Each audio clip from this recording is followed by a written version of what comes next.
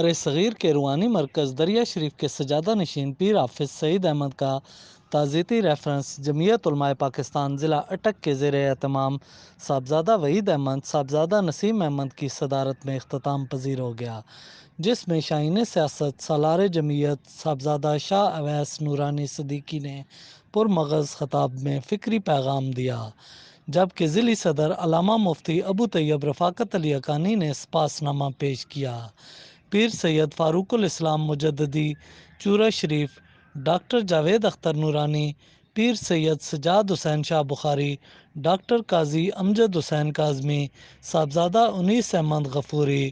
شیخ احسن الدین advocate supreme court, علامہ غلام محمد صدیقی، علامہ قاری محمد یوسف فقانی، علامہ وقار Hazarvi, doctor Abdul Wahid الازہری، علامہ محمد اکرم الازہری UK،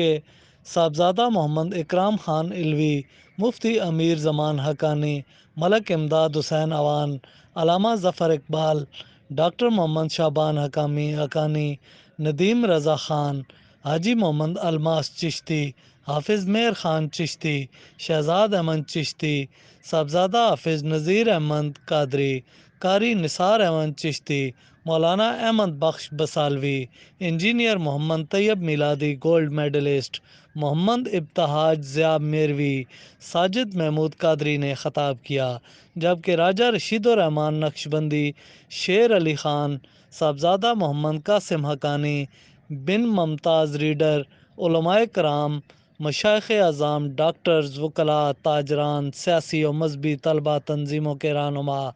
social media, electronic media, print media سمیت ہر شعبہ سے منسلک افراد نے کثیر تعداد میں شرکت کی۔ تعزیتی ریفرنس ملک و ملت کی سلامتی، مقام مصطفیٰ کے تحفظ، نظام مصطفیٰ کے نفاذ اور فلسطین کے مسلمانوں کی آزادی کی دعا پر المکہ میرج ہال اختتام پذیر ہوا۔